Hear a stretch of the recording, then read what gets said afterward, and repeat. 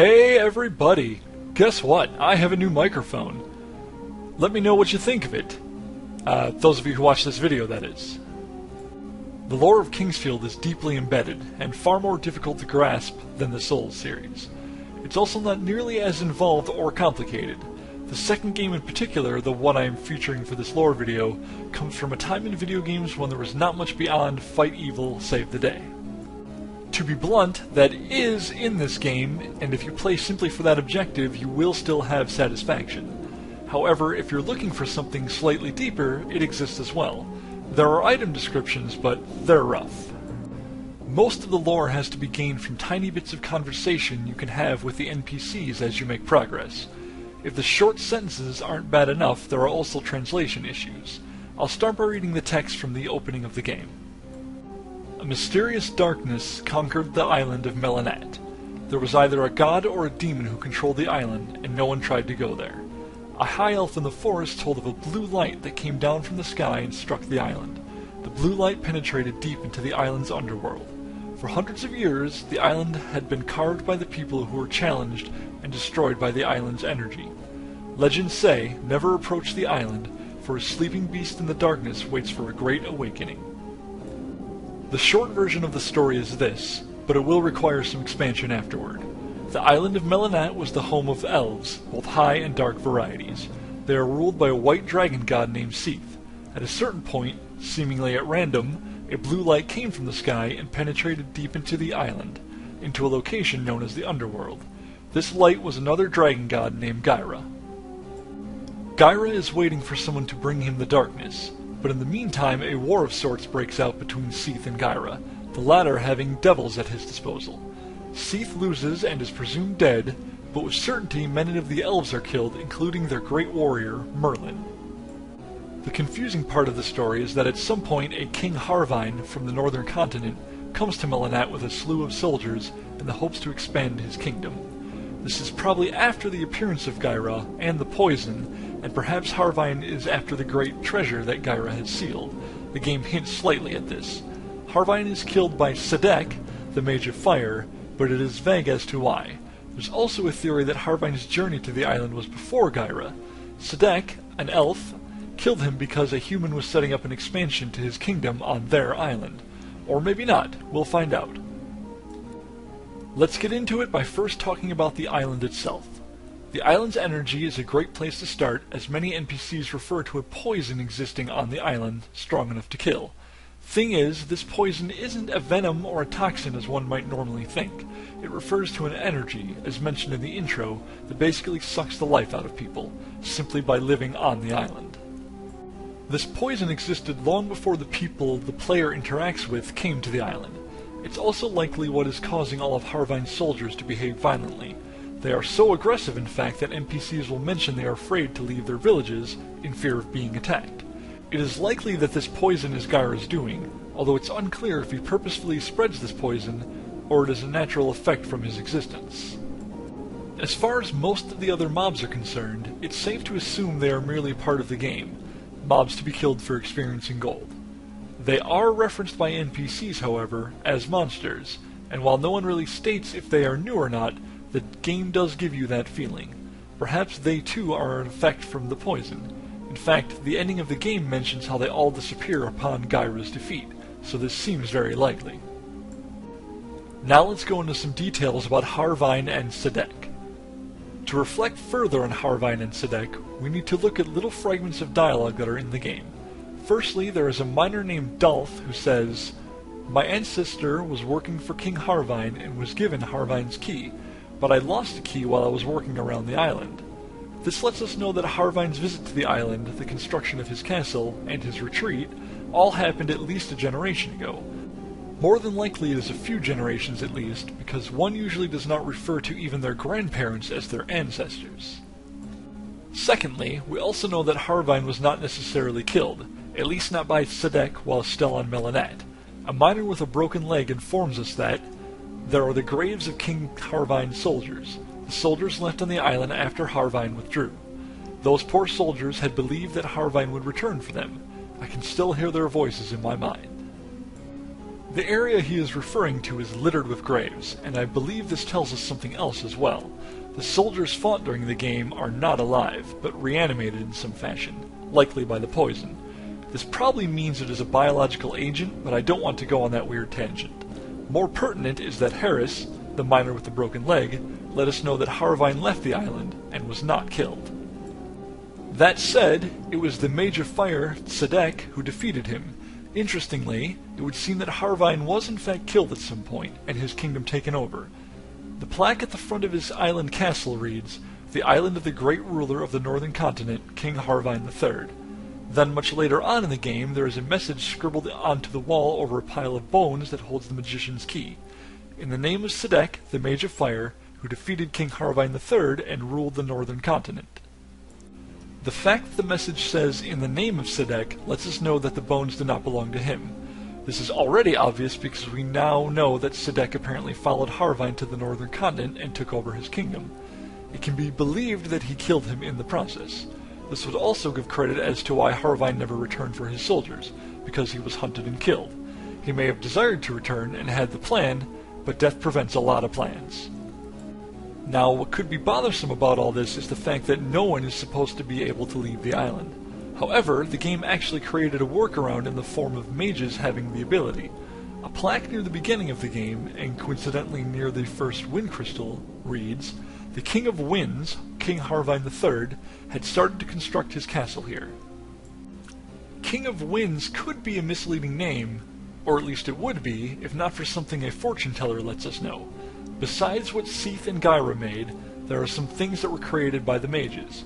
These include King Harvine's flute, and the flame sword, which is owned by the mage Tsedeck.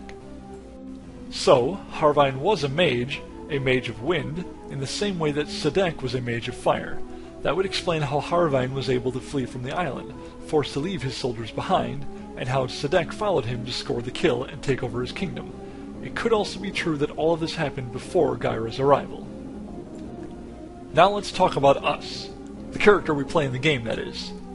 Despite all the lore I just touched on, it's only a small, less significant piece of the puzzle.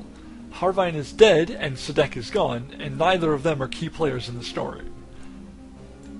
Probably the next least important, and yet necessary character is your own, the person you play throughout the game, Alexander. The only time you learn of your identity is in the end cutscene. I don't want to quote the scene, as it opens other avenues not currently being discussed, but the game definitely gives your character a name, that of Alexander. What we know of Alexander is that he is a prince from a place called Verdite. This place has more meaning in the latter two Kingsfield games, but this lore is for this particular title only. My evidence for Alexander's status, aside from the name mentioning at the end of the game as he walks towards the castle, is the following. A merchant named Al Hunt says, "I heard that some soldiers have arrived from Verdite. I think this is the reason for the guards. I wonder why King Alfred would want this island." He states the king's name as Alfred, but it is clearly Alexander that returns to rule the kingdom of Verdite at the end of the game. Therefore, I can only assume he is a prince. Next, there is an NPC named Jose who states, "I heard that the king of Verdite is really strong. I wonder what kind of sword he has. It's not concrete, since you can never give answers to anything that is said to you, but you'd think that you'd answer if you were mentioned in front of your own face. You know what I mean?" We definitely have to talk about Necron, but first it's worth circling back to a part of Al's statement, that of the guards being activated because of the Verdite soldiers. A dark elf named Selphie confirms the Verdite soldiers' presence. The soldiers from Verdite came and bought some weapons, but I don't think they will survive. This brings up an entire new theory that the undead soldiers of Harvine were only recently made aggressive, or perhaps even reanimated at all because Necron felt threatened by the Verdite soldiers, and Alexander in particular. This theory will basically be proven, but not yet. Lastly, as for mentions of Verdite, it would seem that there are NPCs who also came from that country. We actually get non-conclusive evidence that Verdite is specifically a part of the northern continent. It's somewhat obvious because why else would Alexander be traveling with his soldiers? But there's also an item called the Earth Ring. The description reads, "This ring was made by the warlock Shaddam, who was the greatest magician in the 3 countries of the northern continent. When worn, your magical power will increase." So, Verdite is probably one of these 3 countries. Anyway, I suggest all this because a boy named Sandler, who you rescue from the giant termite boss, says, "Someday I will find the treasure and go back to Verdite with my mom. My mom always tells me about the woods of Verdite." Thankfully, as for why Alexander and his soldiers came to Melanat in the first place, Sandler gives us the answer. The soldiers from Verdite came at that time. They came to fight Necron. My mom told me that Necron was a bad guy. Don't know how they know of Necron, though I do have a theory to be discussed later on. But somehow or another they came to put Necron down and perhaps save the island's denizens. Necron, Phi, Nola. It is now time to move on to Necron, Deus, Nola, Phi, and Earnest. One of those five is regrettably barely important, but he is worth mentioning in a bit. The short version of the story goes that before there was Necron, but after Guyra was in control of the underworld, two people came to the island, Deus and his friend Phi. The simple explanation of why they came is so that Deus could meet a powerful warrior. We don't have many more details than that, but knowing that this warrior is not Necron, and we will know that in a minute, there are not many conclusions to make. Seath and the elves no longer exist, neither do any of the mages, nor the demon of the dark side, Gelth-Fi, and this is before Alexander arrived from Verdite. Frankly, this only means that Deus could be wanting to meet with Guyra himself. This is actually rather plausible, but we'll have to wait for full explanation when we speak of Guyra and Seath themselves. Nola is our first proof for what I've claimed, as she says the following. "My name is Nola. My brother Deus came to this island 2 years ago, but we haven't seen each other. If you see my brother, would you tell him that I am here?" Then, also, Deus came to this island to meet a powerful warrior. I don't know if he wanted to learn something from him or if he wanted to fight him. As for how or when Nola came to the island, we can only assume that it was sometime after her brother and Phi, but not so recently. She does have a house and is known by the other villagers. What happened next is vague, but with certainty, Deus became Necron. He went from a brother loved by his sister to a man of vile behavior. The first proof of this is that Deus is not in the game, at all, outside of dialogue from Nola and Phi. Secondly, Phi says the following, "I've never seen you around here. You must be one of the soldiers looking for Necron. He is terribly strong. I was with him for a long time, but now I am hiding from him."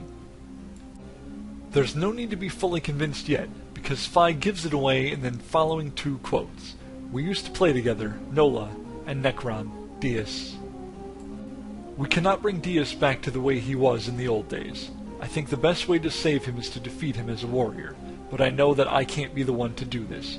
I must do something before Nola finds out. Deus has become the strong warrior he came to the island to find. As I already said, it's unclear what transpired to make Deus become Necron, but the following Phi quote is valuable. "Deus believes that Guyra is a god. I, myself, could never believe that the Black Dragon is a god." I take this to mean that Deus did in fact meet with Guyra and was manipulated into becoming Necron. Now, Necron seeks out the items that Guyra fears, those created by Seath. First, let's explore the fact that Necron already had some of Seath's items and discarded them. Phi tells us after we trade a figure of Seath to him, "The moon gate is very important for you to be able to walk around the island. Necron gave it to me, but Seath first gave it to the elves." This was voluntary on Necron's part. Phi did not steal it. I mention this because the dark elf Selphie states, "Do you know Phi Fadlin? The fellow is hiding near my grandson's house. He has something I want, but he will not sell it. He must have stolen it from Necron. He said he wants to exchange something." This is definitely untrue, because Phi formerly worked for Deus, probably up until recently when the soldiers from Verdite came. So, having established that Necron is seeking something of Seath's, let's move on to the location of this item. First, a quote from Kel Hunt, who is Al's brother. "I heard that Necron is looking for something that the High Elves had. Maybe Seath gave it to them." Next, two quotes from an NPC named Rad. Rad is the man who creates arrows and flasks. "The big mine has recently been excavated. It's bigger and deeper now that some old caves have been found. Necron is looking for something down there, so there are many soldiers walking around this mine. Since I broke my leg, I haven't been into the mine. I can live, though, because my friend left me enough crystals. However, since Necron came to the island, he has made life very difficult for us."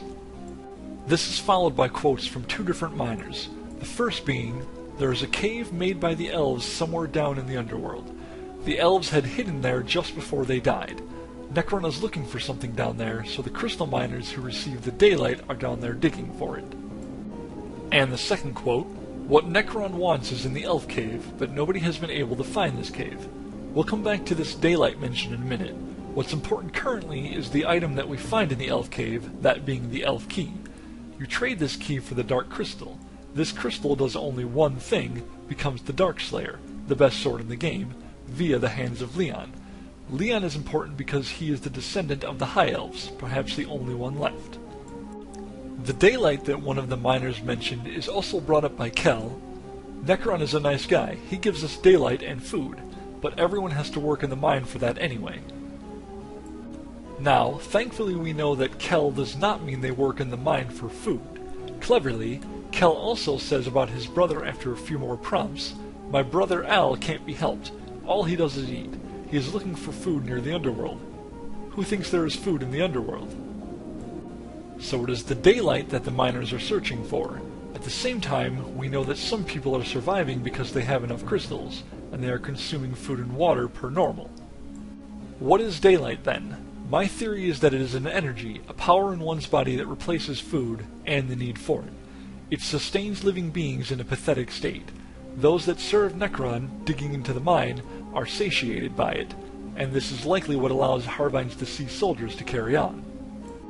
In other words, daylight is merely another name for the poison. In some uses it slowly kills you, and in other uses it sustains your life, so that you can slave away in the mine. The effect all depends on the user, who in this case is Necron and Guyra. This wraps up Necron's place under Guyra, as he can only have this ability from the Black Dragon God.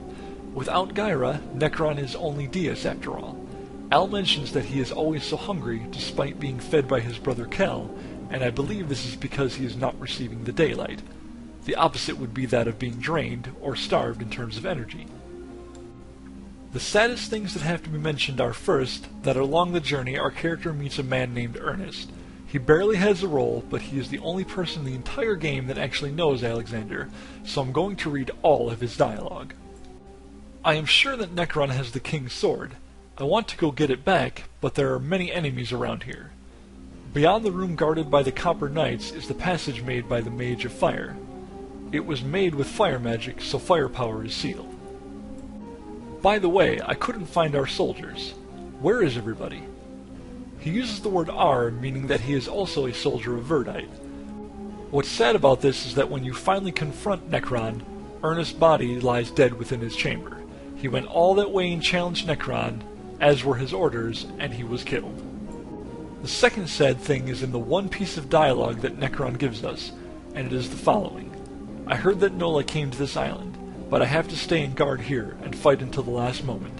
So he even knows his sister is on the island, trapped and suffering, but he is compelled to remain in guard of Guyra. And the last sorrowful bit starts with a quote from Nola. Phi, the man who came here with my brother, has also disappeared. He was a very kind person and our good friend. How come Phi and my brother don't contact me? Necron does not because he's being controlled, but Phi should be free to visit. Nola also says, somebody gives me food sometimes. I saw him from the back. I think it was Phi. And, why doesn't Phi come to see me? I will pray to the god of the earth for a safe return of my brother.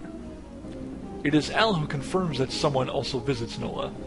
Sometimes I see a fellow go over to Nola's place. He doesn't look like a thief or anything, but I would like to know who he is. Why wouldn't Phi connect with her and help her survive? He is ashamed. Ashamed of what happened to her brother, and ashamed at his fear of telling her the truth. His pathetic shame would rather her live with the delusional hope that her brother will return to her one day. That only leaves confirming that the soldiers are under Necron's control. We have already established the daylight, but a few more quotes are necessary. First, from Al, the bridge's switch is controlled by Necron soldiers, so people cannot move around freely, and the water and food supply have been overtaken by Necron because the people here did not obey him. Then, without fully repeating Rad's dialogue, I give the reminder that the soldiers are in the mine because of Necron, and it was Necron that made life difficult for everyone. It would be silly of Al to refer to the soldiers as Necrons if they were walking around previously, and the monsters wouldn't be cutting off the water and food supply. They existed long before Dias and Phi came to the island. Lastly, Phi himself, the man who knows Necron personally, refers to the soldiers as belonging to Necron. Keep in mind that we know at the same time they were originally Harvine soldiers. Time for the meat of this lore, Seath and Guyra. Let me start by saying that all of you who have played Dark Souls don't get hyped about a connection. Though I believe the Souls games to be connected, the use of the name Seath in Dark Souls is certainly just fan service, a gleeful nod to those that have played the Kingsfield series. Not even I believe it is in any way the same Seath. Sorry! The explanation of Seath and Guyra is not all that deep, because it is mostly untold. Starting with Seath, it's fairly certain that he is an actual god, or at least a superior being compared to the elves and humans. He watched over the High Elves only, specifically not the Dark Elves, and not only created artifacts for them, but also had warriors under his command. Seath was then killed by Guyra, after a war of sorts. In this warring, Merlin was lost, the greatest warrior of the elves, and all the other High Elves went deep underground to hide from Guyra's legion. It's likely that the monsters of the island did not exist until Guyra arrived, because I don't know what other legion the game could be speaking of. There are the devils specifically that are being created before Necron's chamber, but they don't ever appear outside of the endgame area. Either way, it doesn't much matter. Guyra hunted and killed all the High Elves, but it's unclear what happened to the Dark Elves. I say this because the game never mentions if Guyra cared to eliminate them or not, and they would not have specifically been eradicated because of their alignment with Seath. The only Dark Elf met in the game, and also perhaps the only Dark Elf remaining alive, Selphie, tells us, Seath is the god of the High Elves. We, the Dark Elves, are not connected with him. As for how and why Guyra appeared, I offer two theories. The latter of the two is the one I prescribe to. The first, however, is the spiritual explanation. Guyra has always existed, and is basically the necessary opposite of Seath, the dark side and the light side, the yin and the yang. There is a throne or a shrine of sorts that grants you Seath's sword, and it states the following. I'm not going to ask who you are. You can defeat my comrades who became evil and took the black power given by Seath. The man in the darkness, Guyra, is Seath's shadow. The brighter the lights, the darker the shadows. As for who this shrine belongs to, it is unclear, but one guess is that it's one of the mages, Shaddam or Tsedeck. A better choice may be Merlin, but we have no way of knowing. My interpretation is that as Seath's power and kingdom grew, so did the power of his opposite, biding his time below in the underworld until he could release his legion and take over. The second theory, however, starts with the repetition of Selphie's line. Seath is the god of the High Elves. We, the Dark Elves, are not connected with him. It's not much to go on, but the intro does state that a blue light came from the sky. This blue light could be Guyra himself, or it could be magic cast to revive the Black Dragon. It seems strange that the Dark Elves would be outright neglected by Seath, and so perhaps they became vindictive and found a way to bring Guyra to life. It could even be that Guyra is their god, always has been, and then the first theory could come into play again with a different reason for Guyra's strength growing. Returning to the story, the High Elves made a large cemetery underground, in the Elf Cave, and also hid the greatest treasure granted by Seath there, the Elf Key.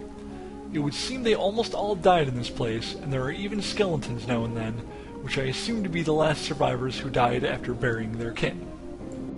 The only other High Elves in the game are Cairn and Leon, the former already being dead. That doesn't stop her from somehow appearing at her son's home to give Alexander a figure of Seath. The only explanation I can offer is that the figure of Seath, in conjunction with Seath's tear accessory,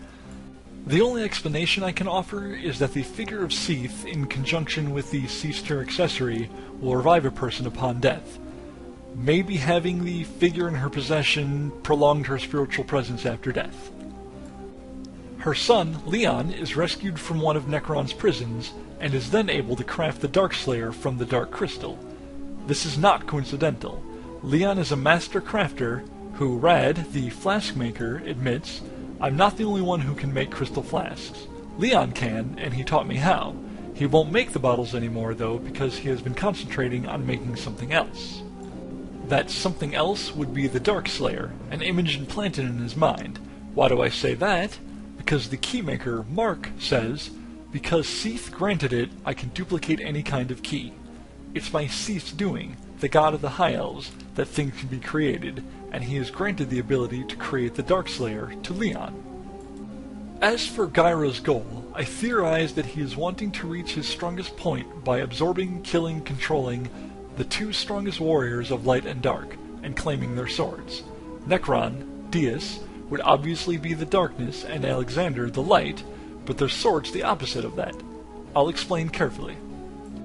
The last line of the intro is as follows. Legends say, never approach the island, for a sleeping beast in the darkness waits for a great awakening. This helps reiterate the theory that Guyra has always existed. He waits to be awakened by having dark and light both. Guyra himself only has one line of dialogue in the entire game when you, Alexander, approach him for the first time. The man who woke up the dark side, offer me all of your energy. This dark side is likely referring to the Darkslayer. This sword has the ability to kill Guyra, but he does not seem that afraid. Why? Because he requires Alexander to fight and be killed, or controlled. It's also fair to bring up that Alexander's presence might only be for the awakening in terms of the darkness, as in the Darkslayer itself. There's a message before Guyra's realm that reads, offer everything to Guyra, who rules the light and the dark. If the Moonlight Sword is the light, then oppositely, the Darkslayer would be the dark.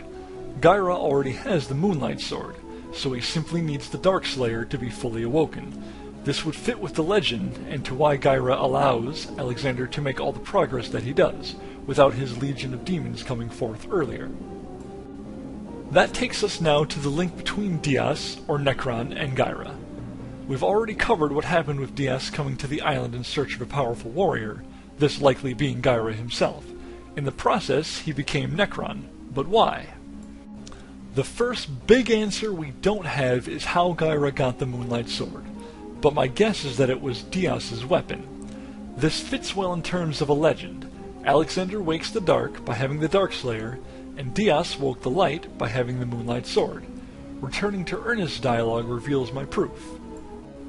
Earnest states that he is sure Necron has the King's Sword. What this sword is supposed to be is unmentioned elsewhere in the game. However, though Necron does not drop a weapon upon his defeat, a spectacular blade is kept safe by Guyra, the Moonlight Sword. Also, Alexander returns the Vermite with both swords in tow, as if they are two parts of a whole, and Dias traveled from somewhere. By my calculations, Dias did not choose to become Necron, at least not in full.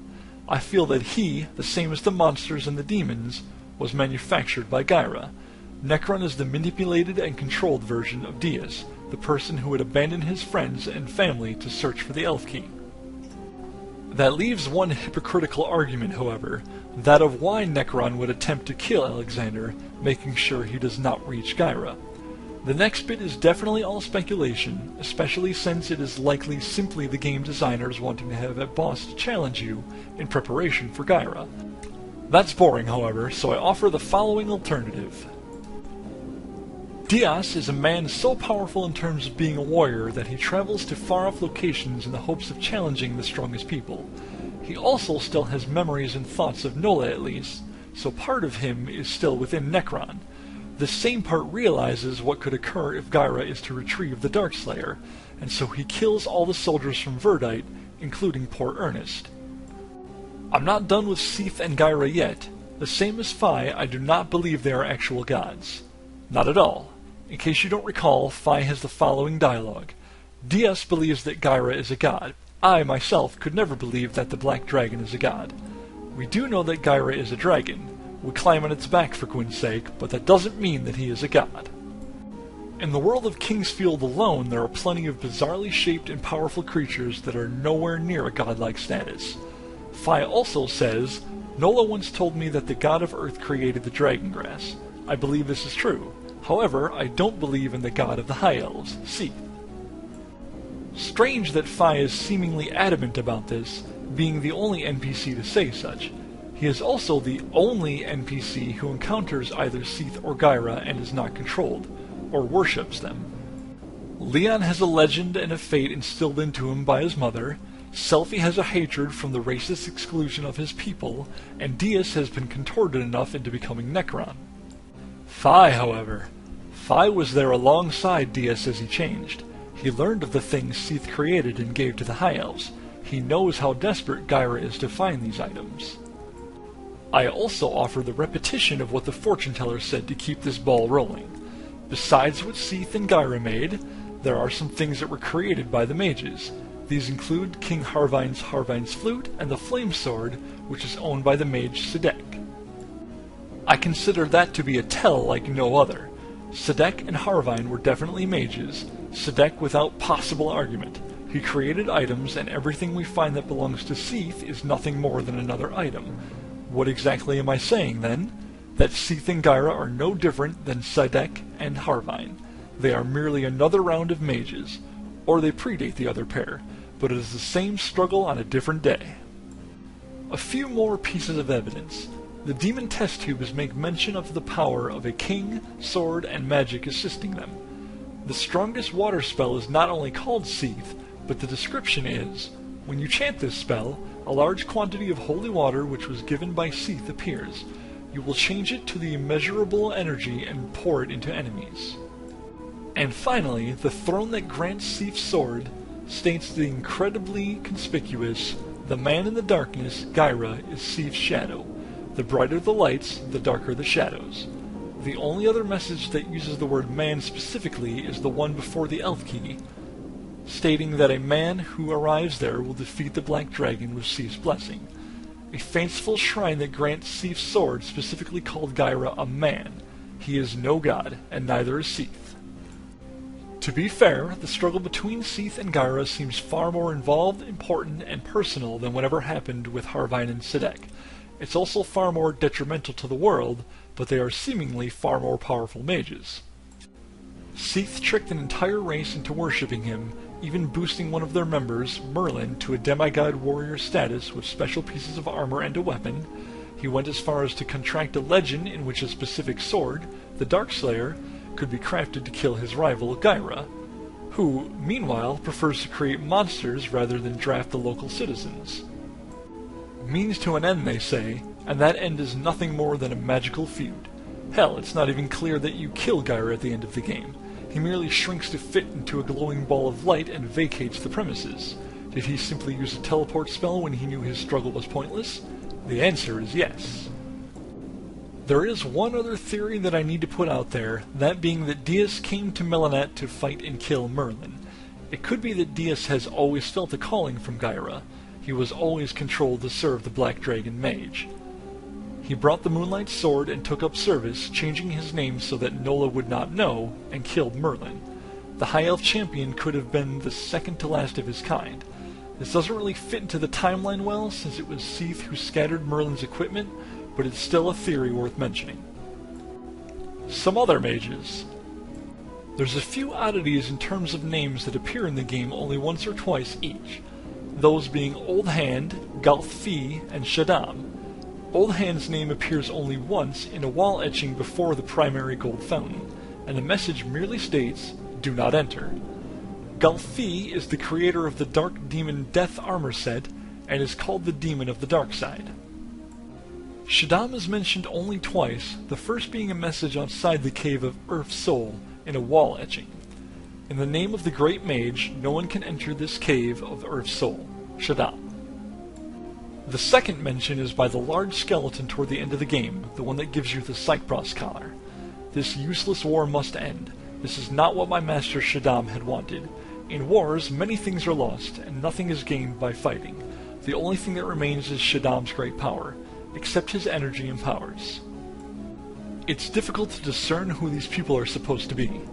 Old Hand in particular I have to consider impossible, but at least his protection of the magical fountain gives me the feeling that he could be a mage from long ago.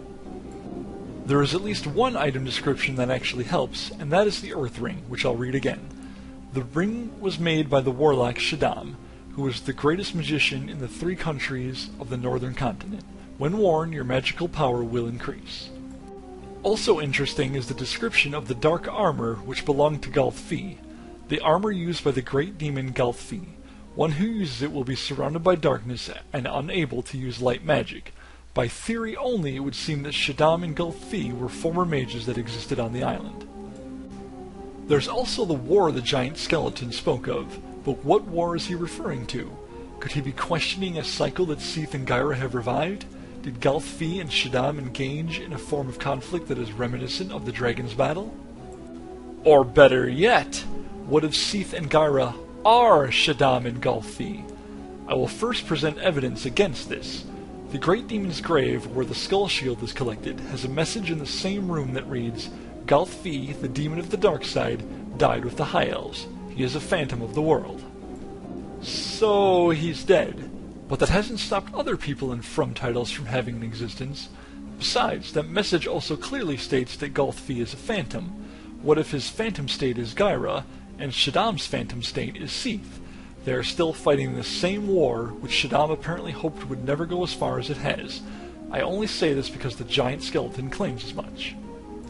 Some of that I don't actually know with any certainty. So now I quickly want to bring up a few more things I have no idea about.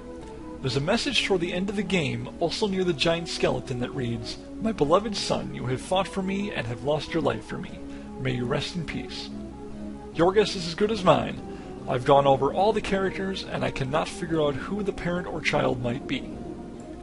There's Old Hand again, with his threatening 3-word message. And I don't actually know who the fortune teller is. She appears at random, so she's probably a mage. Outside of that, I have nothing to offer. Now that we're at the end of this lore video, it's worth mentioning one other thing.